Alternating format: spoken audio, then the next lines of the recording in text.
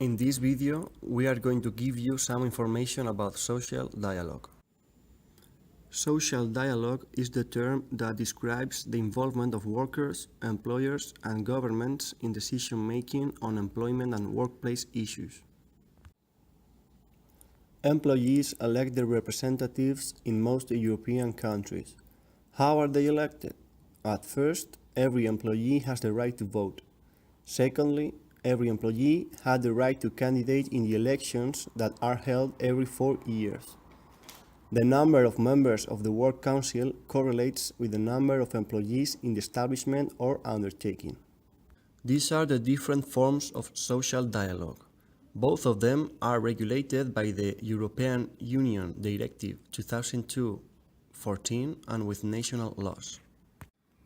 The autonomous dialogue between employers' organizations and workers' organizations, and it refers to discussions, consultations, negotiations, and joint actions involving the two sides of the industry. On the other hand, we have the tripartite. This kind of social dialogue involves institutions or governments as well as the social partners.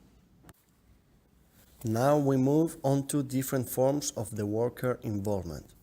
First, we have participation, which can be direct and also can be indirect, with examples such as collective bargaining, companies board, and work councils.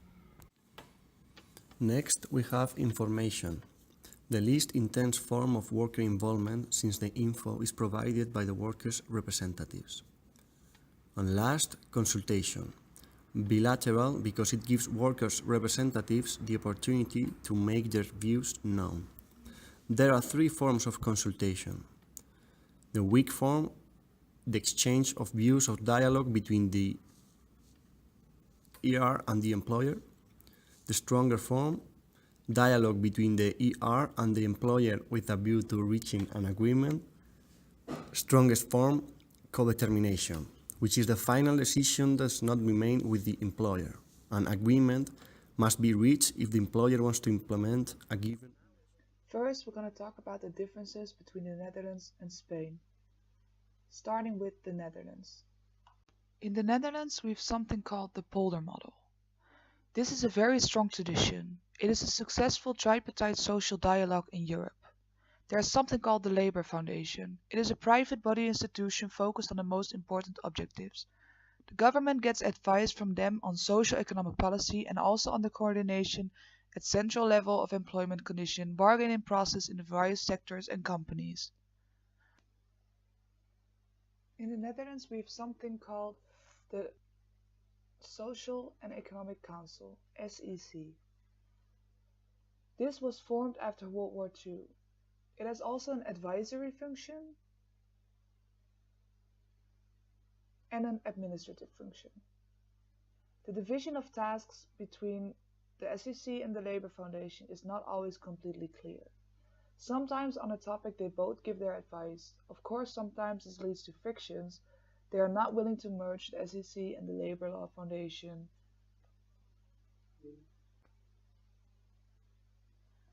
During the economic crisis in 2009, there are some products created that are also a role of social dialogue. The first one is the 2009 Social Accord. The employer gets the possibility to ask for an unemployment benefit for half of the working time of the employee. The employee's working time is reduced in this case. In the spare time, the employee is supposed to get training according to the plan that employer and employee made together.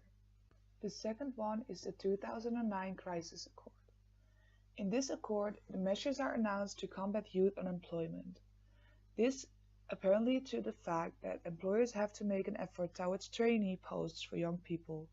In this plan, it is prioritized to conserve productive power above wage increases. Also, this plan should be used to train workers for sectors that might have a labor shortage as soon as the crisis would be over. The third one is the 2011 Pension Accord, the gradual raising of the pension age from 65 to 67. Also in this accord, there is announced that the retirement pay should be kept. The fourth and last one is the 2013 Social Accord. The employers and government will create jobs at an amount between 25,000 and 100,000 job places. The legal position of flexible workers will be improved. The duration of public unemployment benefits will be reduced from 3 to 2 years. And also, the law on dismissals will be changed in order to put an end to the fact that employers can terminate a contract in several ways. Despite the fact that the Spanish Constitution recognizes a special role of both employers' associations and trade unions, social dialogue does not have the same institutional position compared to the Dutch one. 1. Social and Economic Council. Law sets compulsory constitution in case of employment or social regulation. However, the government is not obligated to follow social partners' suggestion, neither formally nor informally, by tradition. First of all, we have the conservative government. After a first period of honeymoon, the second legislature changed the tripartite relationship, especially with the trade unions. The second one is the socialist government.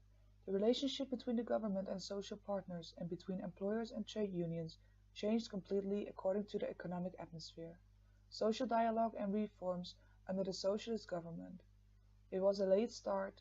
It was the first failure of social dialogue, non-consensual reform. Change of Minister of Labor social dialogue enhanced, and the collective bargaining agreements reform. The second conservative government was characterized by the crisis and the lack of tripartite social dialogue. The social dialogue and reforms under the conservative governments were the following. It was a very slow recovering of social dialogue. In 2014, September 20th, the agreement on proposals to strengthen employment and economic growth came. This was set by the conservative government of Rajoy. In 2015, June 8th, the third agreement for collective bargaining and for employment was set. So as we can see, the biggest differences between the Netherlands and Spain is the influence of the government.